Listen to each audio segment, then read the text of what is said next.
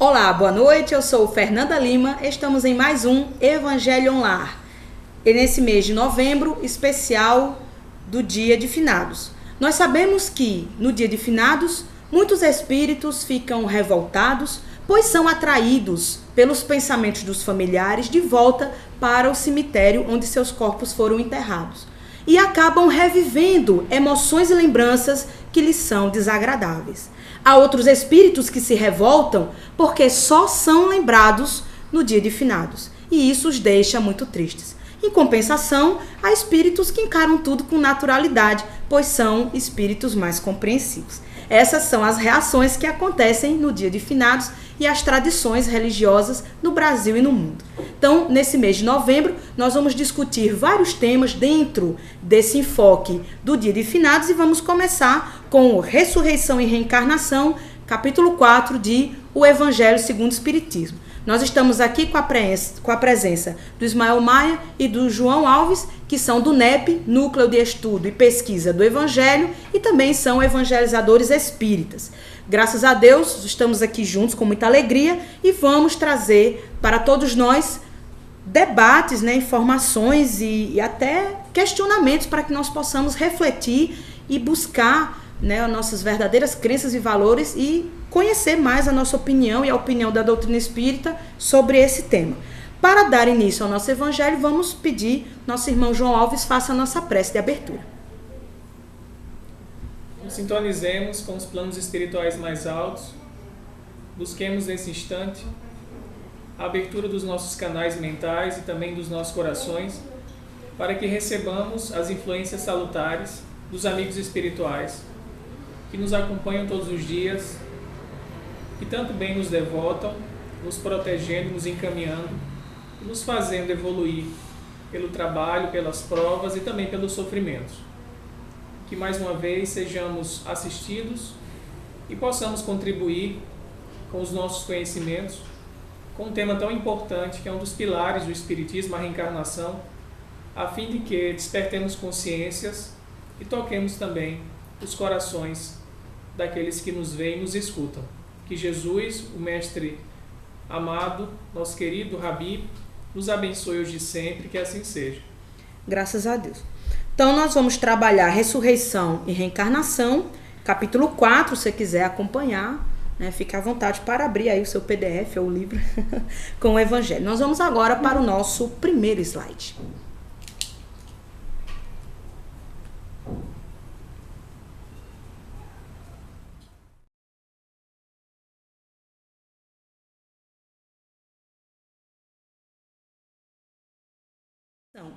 Só os saduceus, cuja crença era a de que tudo acaba com a morte, não acreditavam nisso.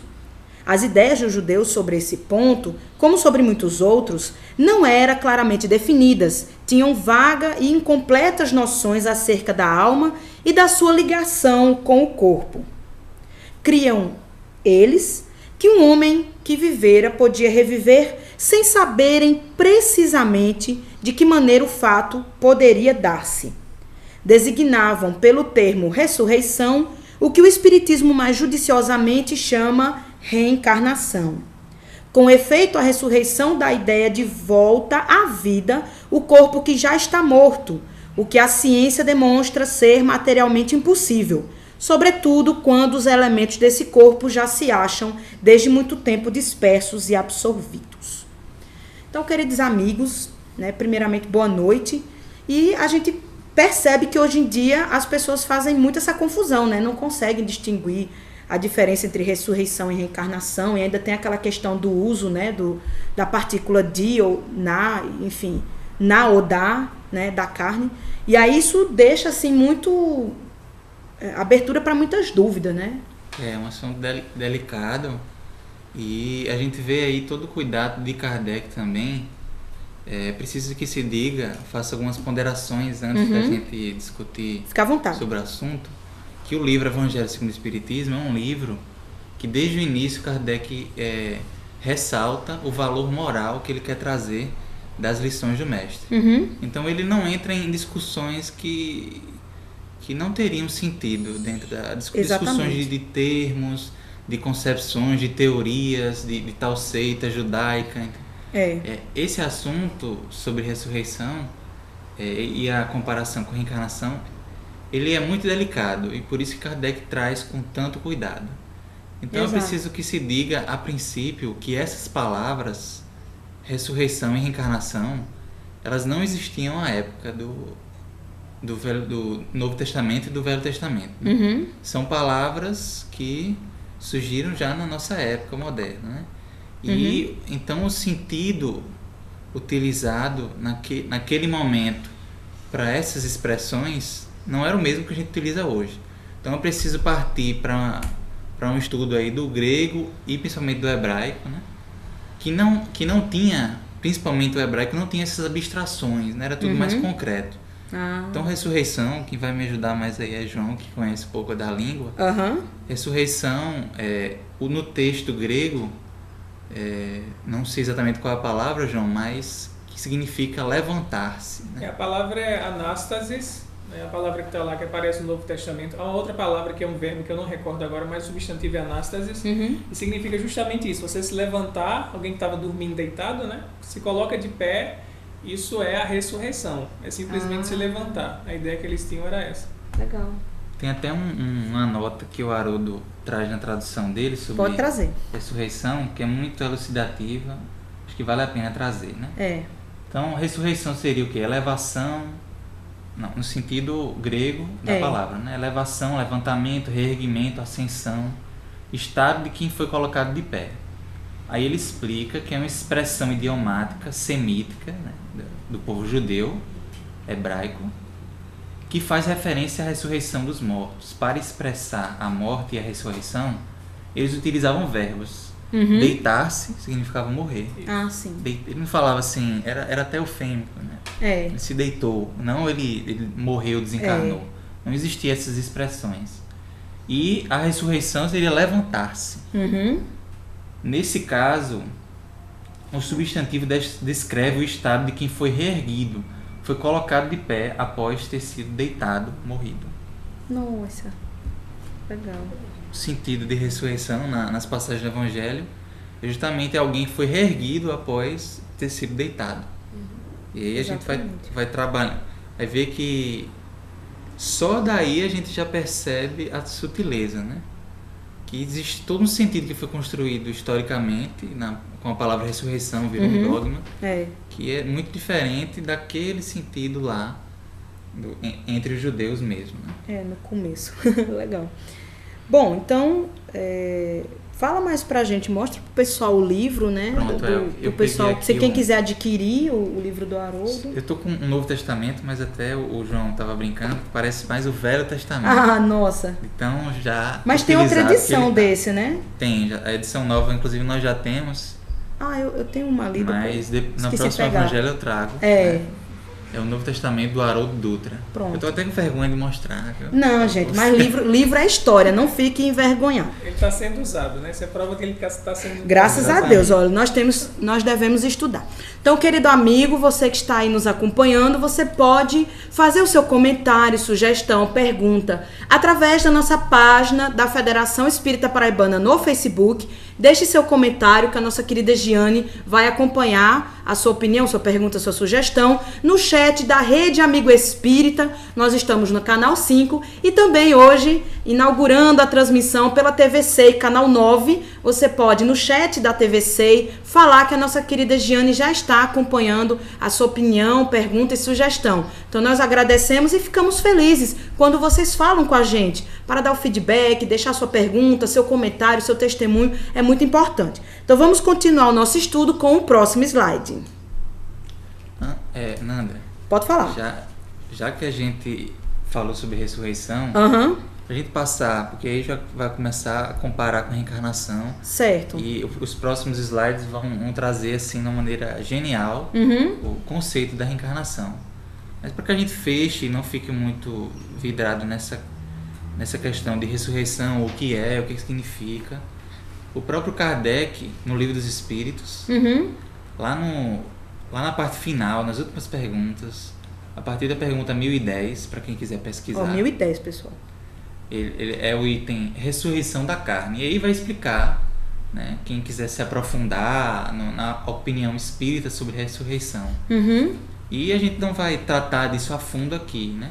Mas só deixando um gostinho aqui para vocês, ele pondera, o Kardec diz o seguinte: a ciência, com efeito, demonstra a impossibilidade da ressurreição segundo a ideia vulgar. Impossibilidade da ressurreição segundo a ideia vulgar. Segundo essa concepção de fenômeno, né? De ressurreição como fenômeno.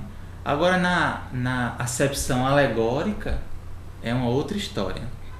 E ele diz o seguinte: é verdade que, segundo o dogma, ressurreição significa a ressurreição aconteceria no juízo final. Tem todo um simbolismo por trás disso. Isso aconteceria no fim dos tempos, enquanto que na doutrina espírita ela ocorre todos os dias. Ele vai começando a apresentar aí a opinião dele sobre o que é ressurreição, que é muito mais do que um fenômeno físico, é mais um fenômeno moral, é mais a transformação moral. Mais ainda, isso aqui é que eu fiquei muito intrigado, mas não há ainda nesse quadro do julgamento final uma grande e bela figura que esconde sobre o véu da alegoria, do simbolismo, né? Das comparações, das metáforas, uma dessas verdades imutáveis que não encontrará mais céticos quando for restabelecida em sua verdadeira significação? Então, o que Kardec está dizendo aqui, né? Por trás desse conceito de ressurreição, será que a gente compreendeu ao certo o que significa? Não teria aí por trás algum simbolismo que nos traria a um ensinamento maior, né? E ele não se atém ele deixa essa pérola aí solta para que a gente trabalhe. Mas vamos seguindo aí, porque a gente vai perceber cada vez mais que ressurreição tem tudo a ver com reencarnação. A primeira fase de Kardec foi essa, né? A reencarnação fazia parte dos dogmas dos judeus sob o nome de ressurreição. Então, exato. Tem muito a ver. Vamos aos poucos. Vamos seguir e a gente chega lá. Bom, então vamos para o próximo slide.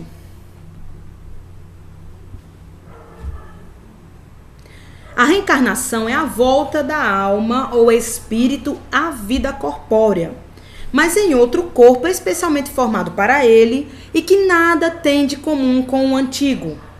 A palavra ressurreição podia, assim, aplicar-se a Lázaro, mas não a Elias, nem aos outros profetas.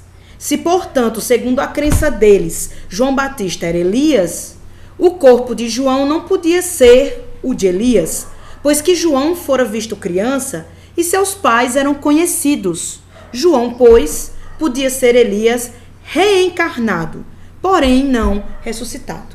João, queria que tu trouxesse para a gente, né, relembrasse essa passagem e fizesse esse comentário em relação à reencarnação vista nesse ponto.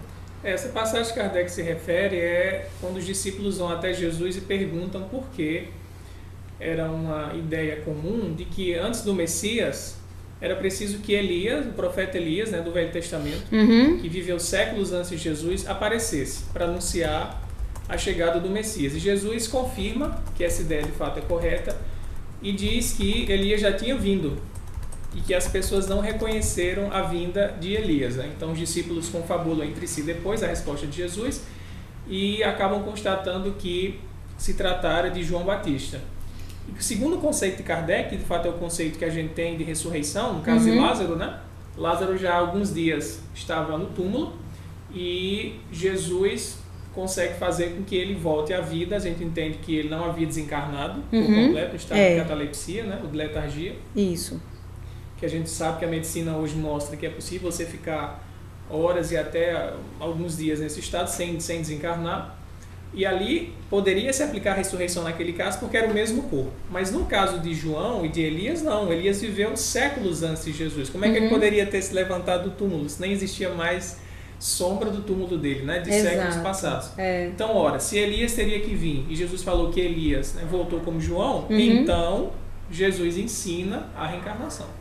Interessante que o destino de João Batista é um exemplo de lei de causa e efeito, né? Isso, ele desencarna decapitado, né? a mando de Herodes, a pedido até, a gente pode dizer assim, caprichoso, de uma dançarina. Pois é, né? Mas que nesse capricho havia a lei de causa e efeito em relação ao que ele tinha vivido como Elias, que ele tinha decapitado vários sacerdotes. Né? E aí ele vem e resgata isso como João sendo decapitado, né? Uma das interpretações. Exatamente. A própria personalidade do João Batista, há alguns estudos que não são nem espíritas, mas que comparam as duas figuras, né? É isso. E percebem muitas semelhanças entre o comportamento de Elias e o comportamento de João Batista. Nossa. Aos poucos a gente vai se aproximando a esse conceito de reencarnação, né? Nos estudos até não espíritas. E como é evidente que é o mesmo espírito, com certeza. É muito interessante. Bom, então vamos seguindo. Agora nós vamos verificar aquela passagem do Evangelho que fala de Nicodemos, aí nós vamos ler a passagem inteira e abrir para discussão. Vamos lá. Ora, entre os fariseus havia um homem chamado Nicodemos, senador dos judeus, que veio à noite ter com Jesus e lhe disse: Mestre, sabemos que vieste da parte de Deus para nos instruir como um doutor, porquanto ninguém poderia fazer os milagres que fazes se Deus não estivesse com ele. Jesus lhe respondeu: em verdade, digo-te, ninguém pode ver o reino de Deus se não nascer de novo. Disse-lhes Nicodemos: como pode nascer um homem já velho? Pode tornar a entrar no ventre de sua mãe para nascer segunda vez? Retorquiu-lhes Jesus: em verdade, digo-te, se o homem não renasce da água e do Espírito, não pode entrar no reino de Deus. O que é nascido da carne é carne, e o que é nascido do Espírito é Espírito. Não te admires de que eu te haja dito ser preciso que nasças de novo. O Espírito sopra onde quer, e ouves a sua voz, mas não sabes de onde vem ele, nem para onde vai. O mesmo se dá com todo homem que é nascido do Espírito. Respondeu-lhe Nicodemos: como pode isso fazer-se? Jesus lhe observou: pois que és mestre em Israel e ignoras essas coisas? Digo-te em verdade, que não dizemos senão o que sabemos, e que não damos testemunho senão do que temos visto. Entretanto, não aceitas o nosso testemunho. Mas se não me credes, quando vos falo das coisas da terra, como me crereis quando vos fale das coisas do céu? Essa passagem está em João, capítulo 3, de 1 a 12. Olha, é bem... sensacional. É sensacional, adoro essa passagem. O que é que a gente pode aprender com esse diálogo de Nicodemos com Jesus? E lá no NEP a gente costuma brincar que a gente gosta de ler com o dedo, né?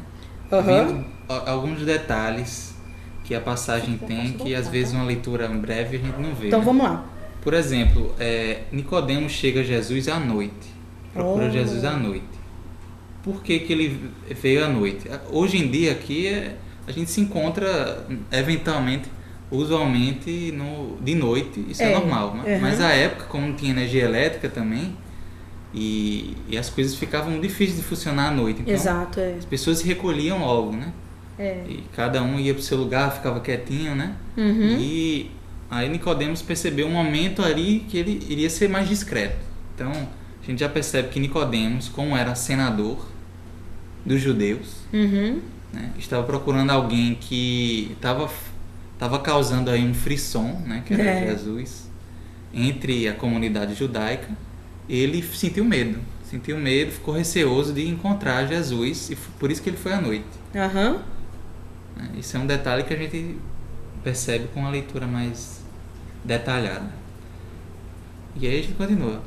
Bom, impressionante quando ele fala, né? Como pode nascer um homem já velho? Pode tornar a entrar no ventre de sua mãe para nascer segunda vez? É tão claro assim a questão da reencarnação que não tem nem o que discutir, né? Assim, no final, Jesus até parece que fica um pouco perplexo. Como é que Nicodemos não entende isso, né? Como é que você é mestre em Israel e ignora essas coisas? Ele até diz, como é que eu vou ensinar você coisas do céu se você ainda não consegue compreender coisas da terra? Então, assim, a gente percebe, né, como foi dito logo no primeiro slide, nas palavras de Kardec, que era uma ideia comum entre os judeus a volta a um corpo físico numa outra vida, com exceção da seita dos saduceus, que de fato eles eram materialistas. Mas os fariseus, sobretudo os essênios, que já tinham um grau de espiritualidade mais avançado, eles tinham conhecimentos, digamos, secretos, que não eram dados ao povo, assim, ter acesso. E nesses conhecimentos secretos, que hoje a gente compreende mais ou menos, né, pela Kabbalah, que é a tradição esotérica judaica, que havia sim uma ideia de volta da alma, no que eles chamavam de Gigu, né, Shamot, que é a rota das almas. Não é exatamente a ideia que a gente tem no Espiritismo, mas, né, já é um esboço, como a gente vê também na Índia, os orientais do extremo, que também pensavam que a alma de fato podia voltar, né, com algumas diferenças da concepção espírita. Mas nesse caso, no diálogo de Jesus com Nicodemos, a gente percebe de fato a perplexidade de Nicodemos, né, de como é que eu, já velho, posso voltar ao útero da minha mãe. E Jesus vai dar uma lição moral e espiritual, né, dizendo que esse renascimento, claro, seria algo que transcenderia as concepções materiais dele, e que a gente pode compreender também que é algo que algumas correntes cristãs vão dizer, não, mas Jesus está se referindo aqui não a uma volta física do espírito, mas um renascimento de consciência, né? Alguém que viveu anos da sua vida de forma ignorante no pecado e de repente teve um encontro com o Evangelho e se renovou. Essa interpretação a gente também pode fazer, não é, pelo menos penso eu, João, assim particularmente, Entendo. que essa interpretação cabe nessa passagem, que a gente vê pessoas que renovam suas vidas, né, no contato com Jesus, mas Kardec vai além disso, né, e vai interpretar essa questão da água e do espírito como sendo símbolos, sobretudo a água, do aspecto material. Kardec vai dizer isso, né? O que a água simboliza nessa passagem? Será que a água onde você vai ser batizado, ou seja, mergulhado, como muitas correntes cristãs vão interpretar? Será que essa água do batismo, do mergulho, como João fazia? Para nós, o Espiritismo, a água representa o elemento da vida material. O nosso corpo, né?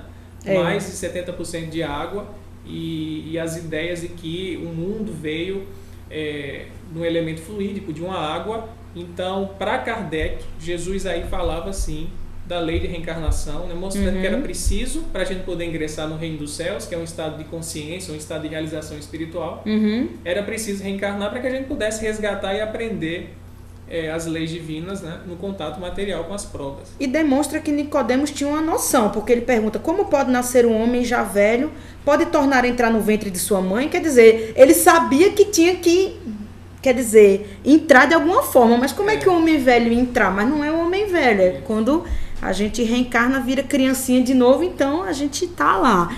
E essa questão interessante, né, que é a crença, o senso comum, a crença popular, de que o espírito, ele é criado na hora da concepção, da gestação, mas Jesus vem trazendo, né, o que é nascido da carne é carne, o que é nascido do espírito é espírito, trazendo a questão de da onde vem o princípio espiritual, né, da onde vem a origem do espírito mesmo. Interessante. Pois é, a gente tem aqui a genética, que é passada de corpo físico para corpo físico, né? Mas como explicar que nós tenhamos algumas tendências, né, muito particulares de cada pessoa, né? A genética explica até uma certa parte do nosso desenvolvimento, mas daí as tendências é um campo do espírito, né? Por isso que Jesus fala, né? Quando há a união da família para se originar os filhos, né, a carne que está ali trabalhando, a matéria para se originar, não os espíritos estão se juntando, né? A gente não percebe características expressas do espírito dos pais emitidas no espírito dos filhos, né? O espírito, ele é criado realmente, como você disse, antes, bem antes. Ok. Então, dessa passagem, vocês gostariam de falar mais alguma coisa?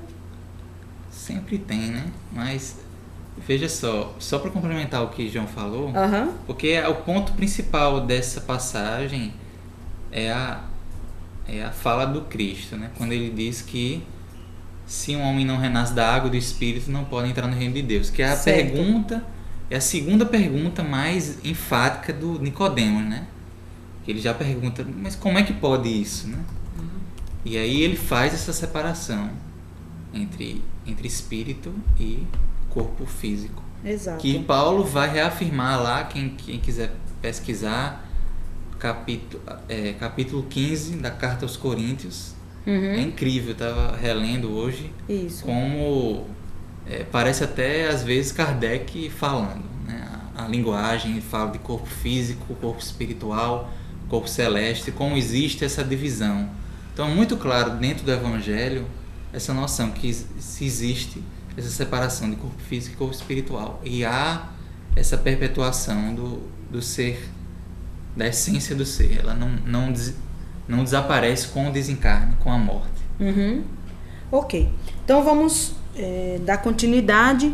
Agora, nesse próximo slide, ele vai fazer referência a passagens do Evangelho que estão no início do capítulo 4. Vamos só dar uma revisada aqui. É a passagem de Mateus capítulo 16 e Marcos capítulo 8. E tem uma passagem de Marcos capítulo 6 e Lucas 9. E após a transfiguração, que é Mateus 17 e Marcos 9, tá? Então, depois a gente fala com mais calma para vocês procurarem em casa e procurarem ler. Então, vamos agora para o nosso último slide. A ideia de que João Batista era Elias e de que os profetas podiam reviver na terra se nos depara com muitas passagens dos evangelhos, notadamente nas acima reproduzidas, no caso, reproduzidas no livro Evangelho segundo o Espiritismo, na abertura do capítulo 4. Se fosse errônea essa crença, Jesus não houvera deixado de a combater como combateu tantas outras. Longe disso, ele a sanciona com toda a sua autoridade e a põe por princípio e como condição necessária quando diz: ninguém pode ver o reino de Deus se não nascer de novo. E insiste acrescentando: não te admires de que eu te haja dito ser preciso nasças de novo. Olha, é muito, como eu costumo dizer na minha linguagem pessoal, muito fofa essa passagem, né? Aquela ideia, né, de João, e o que eu acho interessante esse trecho que Allan Kardec escreveu, né, quando ele diz assim, que Jesus não condena essa ideia como condenou, como combateu tantas outras, né? A gente vê passagem que Jesus diz: vocês ouviram dos antigos isto, eu porém vos digo, né? Foi ensinado isso, eu porém vos trago um novo ensinamento. Então, se a ideia de volta numa nova vida fosse uma ideia errônea, Jesus teria dito explicitamente, né, para eles, exatamente, que não procedia da lei de Deus você ter a concepção de que era possível reencarnar, né, ter novas existências em novos corpos. Aí o Kardec diz muito pelo contrário, né, ele sanciona com a sua autoridade e coloca como princípio da sua doutrina. E aí você tem, como estava sendo colocado antes, a ideia de que a nossa alma, o espírito, né, no caso do espírito, alma, o espírito encarnado, né, o espírito desencarnado, tem uma existência independente, preexiste a vida material, e no contato com o corpo novo proporcionado a ele, ele vai continuar suas experiências e sua evolução. Então, o princípio de Jesus é a imortalidade, a pré-existência, né? E como consequência disso, a evolução através das novas vidas. Interessante. E do ponto de vista da nossa vida prática, qual seria, a gente já fez essa pergunta aqui algumas vezes, mas é sempre bom relembrar, qual é o impacto da crença da reencarnação na nossa vida diária, pessoal? Nos dá muito conforto em entender, né? Entender o que aparentemente é inexplicável nas nossas vidas, né? Às vezes os sofrimentos que nos pegam de surpresa, as situações que acontece na nossa vida e que às vezes nos causa revolta, né? Que nos causa incompreensão. Então é perceber que nós somos seres imortais que já tivemos várias vivências e temos uma história complexa, às vezes complicada, cheia de às vezes compromissos, né?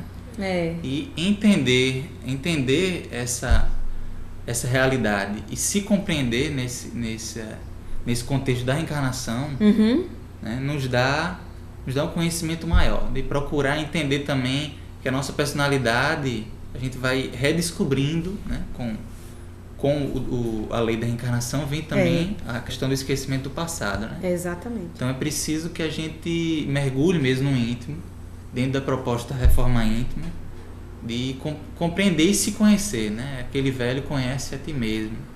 É uma grande verdade que a reencarnação vem reafirmar, né? Eu entendo. E como João falou, Jesus ele reafirma a ideia da reencarnação, e nós podemos dizer com isso também reafirma a ideia também da ressurreição. Exato. E a ressurreição aí como algo mais sublime do que apenas um fenômeno, né? Ressurreição se a gente fosse entrar nessa discussão, a gente tomaria muito tempo, detalhes, mas só né? resumindo, significa transformação moral.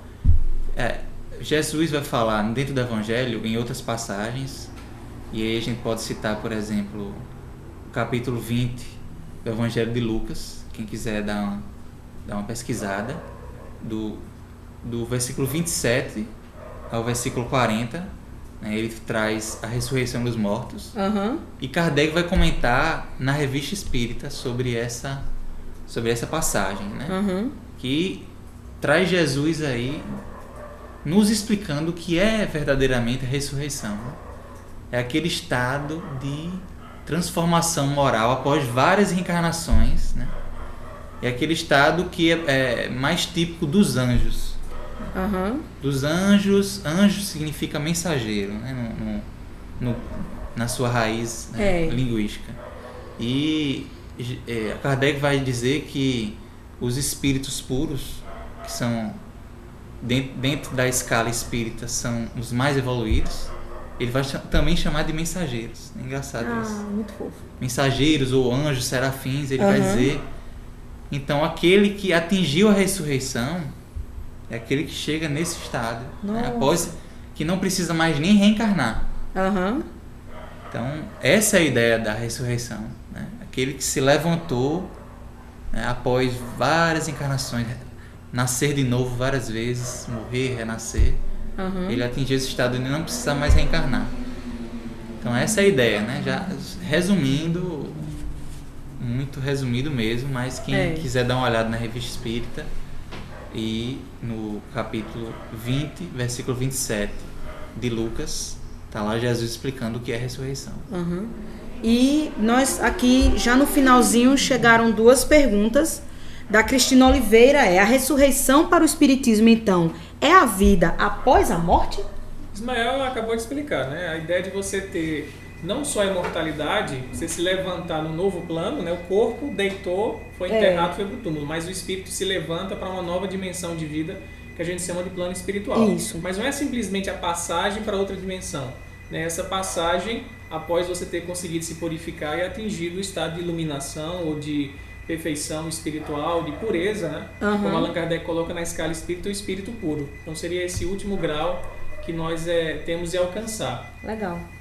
E o José Ricardo Félix pergunta: a ressurreição na verdade não é possível. O que acontece sim é a reencarnação? É a ressurreição entendida como sendo a volta dos átomos, né, dos elementos materiais em um corpo que já foi colocado. Que é o que a gente chama de ressurreição da carne. Exatamente. Que é aquilo que eu comentei. A ciência mostra que você não tem não sentido tem fazer como. Isso. Exatamente. No sentido de divulgar, Kardec mostra que não tem sentido a gente pensar que a pessoa que foi enterrada já há 30, 40 anos ou séculos, como se tem a ideia em algumas correntes religiosas, no juízo final a gente não sabe como aquele corpo vai se levantar do túmulo, né, e vai ter uma nova vida. Essa ideia para nós realmente não tem sentido.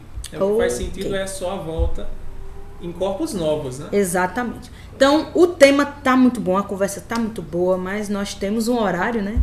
Nós sabemos que o nosso evangelho no lar, ele tem uma hora para começar e uma hora para terminar, mas se a gente pudesse, nós continuaríamos aqui durante muitos minutos ainda.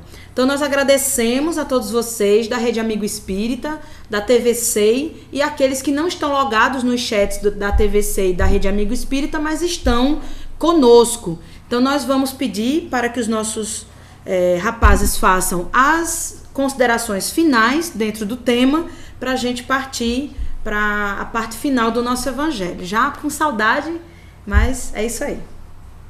Muito obrigado a todos que nos assistiram, puderam compartilhar conosco, né? E interagir. É um tema palpitante mesmo também. Exato. E tem muito a ver com o momento, né? Nós precisamos rever esses ensinamentos do Cristo para poder aplicar realmente no nosso dia a dia, um consolo aos nossos irmãos que ainda não têm essa compreensão, né? De que a vida permanece, continua, apesar de muitas evidências, né? De que a vida prossegue, nós ainda nos comportamos, né? Às vezes a gente escuta falar que existe o espírito, isso, as pessoas têm essa ideia, mas não interiorizaram, né? Eu acredito na sobrevivência na alma, mas eu não vivo essa sobrevivência da alma, né? O importante realmente é vivenciar isso mesmo e com o coração compreender essa mensagem do Evangelho. Exatamente. E, João, eu queria que você deixasse uma mensagem. Amanhã, né, é o Dia de Finados, é muito tradicional no Brasil, um feriado religioso, nacional. Eu queria que você deixasse uma mensagem para o pessoal, né, sobre, enfim, sua mensagem em relação a esse tema, principalmente para aquelas pessoas que nesse momento já estão sofrendo por antecedência devido à desencarnação de entes queridos. É assim, a gente sabe com o Espiritismo que nós somos imortais, né? E essa convicção para nós é cada dia mais verdadeira, para a gente que estuda detidamente os textos de Kardec, os ensinos de Jesus. Então, é uma mensagem consoladora, uma mensagem de esperança. Então, não há por que a gente entregar-se a um pessimismo, a um desespero, uma falta de luz, porque temos certeza de que a alma sim é imortal e que os nossos entes queridos, embora a saudade permaneça... É verdade. E até há quem diga que se há saudade é porque ainda há um outro... Há esse pensamento que corre, né? E é interessante a gente raciocinar assim. Então, se eu tenho saudade é porque, de alguma forma, esse outro que um dia esteve junto a mim existe. Continua. Não mais na mesma dimensão que eu, mas sim no outro plano. Então, é uma mensagem de esperança, de consolação, para que a gente nunca perca a fé e tenha a certeza do reencontro. Amém. Então, nós vamos agora para os nossos abraços. A Cristina Oliveira, Sheila Moz, Marcel Figueiredo Souza, o Wagner, José Ricardo, Ceci Bragança e o Joaquim Alves Júnior da TVC e todos os demais amigos internautas que não estão logados, mas nos acompanharam atentamente, mesmo sem escrever muito. E a todos os nossos trabalhadores da Federação Espírita Paraibana, nosso grande abraço, nosso carinho a todos vocês que nos acompanham no nosso trabalho. Vamos aí anotando o tema da próxima semana. O tema da próxima semana é perdas de pessoas amadas e mortes prematuras. Está no capítulo 5, então você leia com antecedência. No capítulo 5, perdas de pessoas amadas e mortes prematuras. É um tema bastante palpitante, é realmente o cerne da questão, né, do Dia de Finados, é isso aí. Então vai ser maravilhoso. Então vocês fiquem atentos para o próximo tema. Lembrando que nós estamos hoje inaugurando a nossa transmissão pela TVC. Nós agradecemos a todos os organizadores da TVC por esse espaço, essa oportunidade. Agradecemos também a Rede Amigo Espírita, que tem nos recebido com muito carinho, né, e com muita emoção. Isso é muito bom. E a todos vocês que deixam suas mensagens, suas opiniões, suas perguntas, é muito legal. E como tem se tornado tradição no nosso Evangelho, nosso querido João vai fazer aniversário na próxima quarta-feira. Foi na quarta-feira passada. Gente, vai para o erro de gravação. Foi na quarta-feira passada e eu não... Meu perispírito, essa memória se apagou. Mas tudo bem. No 3. Parabéns pra você nessa quarta querida. Muitas felicidades, muitos anos de vida. Parabéns pra você nessa data querida. Muitas felicidades, muitos anos de vida. Então o trabalhador espírita comemora o aniversário trabalhando, está aqui conosco, foi muito bom. E, gente, olha, as portas estão sempre abertas. Quando vocês puderem voltar com esse conhecimento que vocês sempre carregam e está cada vez mais aumentando com o estudo do NEP. Rapidinho, nesse finalzinho, fala, né, chama de novo o pessoal para o Pode Crer e chama o pessoal para o NEP. Pessoal, saiu essa semana, como a Nanda já falou, Pode Crer 4, que é o fim da nossa trilogia sobre o jovem em transformação, esse novo momento da juventude espírita. Exatamente. É o jovem como tarefeiro na casa espírita, né? Então dê uma olhada nesse nosso novo episódio, vejam lá o nosso portal, que é o podecrer.org. Surgiram temas, né, bem críticas, a gente quer saber, por exemplo, o próximo Pode Crer. Já temos gravado mas precisamos gravar. Qual é o tema do próximo Pode Crer? Exatamente. Por favor, mandem pra gente lá no nosso e-mail. A gente acabou de criar um Facebook também, né? Podecrer.org, lá no Face. E o NEP acontece nas terças-feiras, de 19h30, vinculado à Federação Espírita Paraibana. É um estudo do Evangelho, né, tentando entrar em todos os detalhes, né, organizado pela Federação Espírita Brasileira, coordenado por Haroldo Dutra. Né. Procurem saber lá no site do NEP, que está lá dentro do site da Federação Espírita Brasileira. Se você procurar, tem um campo para o NEP. E saibam mais, né? Aqui, se a gente fosse falar, mas só um projeto sensacional. Deixar o pessoal com... Sim, e lembrando que para a campanha da imortalidade aqui em João Pessoa, Paraíba, a concentração vai ocorrer a partir das 7h30 da manhã na Federação para a campanha da imortalidade. Então, se você quer participar da concentração e também da distribuição de mensagens, né? Lembrei. Distribuição de mensagens, tira dúvidas das pessoas, o diálogo fraterno, né? Muitas pessoas chegam necessitando de falar, desabafar. Então é um trabalho muito bonito que acontece todo dia de finados nos cemitérios em várias cidades do Brasil, não é só em João Pessoa, enfim, toda a Paraíba participa. Então, para você que está em João Pessoa e gostaria de colaborar, a partir das 7h30 da manhã lá na Federação vai ser a concentração para o momento efetivo mesmo, a execução da campanha da imortalidade. Lembrando que também amanhã, às 15 horas, vai ter a palestra no cemitério Parque das Acácias e também às 16h30 a distribuição de mensagens de frente ao restaurante Tererê aqui na praia de Cabo Branco, João Pessoa, Paraíba. Queridos internautas, foi um prazer enorme. E contamos com a participação de vocês na próxima sexta-feira. Até lá. Beijão. Vamos fazer a prece final? Tem razão. Olha, hoje... Gente, hoje eu estou ao avesso. Hoje estou ao avesso. Então vamos à prece final, gente. Não tem problema. É bom que a gente se despede de novo e fica mais tempo com vocês. Ismael, aproveitar e mandar um abraço também para Isabela, que fez aniversário em parceria com o João também, né?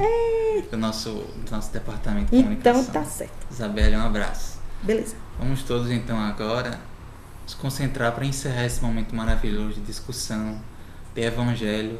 Nós estamos aqui no lar da nossa querida amiga Fernanda e entrando nos lares dos nossos companheiros que nos permitiram, através do recurso da internet, poder compartilhar desses conhecimentos. Mestre amado, agradecemos, Senhor, por esta oportunidade preciosa de estudarmos, Senhor, a Tua mensagem, de discutirmos, de comentarmos, para cada vez mais procurar aplicar todo esse seu conhecimento, toda essa sua mensagem de amor. Ilumina as nossas famílias, que possamos interiorizar essa mensagem, cultivar a harmonia nos nossos lares, que é o verdadeiro objetivo, Senhor, deste Evangelho no lar, essa campanha maravilhosa da espiritualidade amiga. Possamos, em comunhão juntos, obter cada vez mais essa oportunidade em nossos corações de transformação, hoje e sempre. Que assim seja. Graças a Deus. Então, beijão e até lá.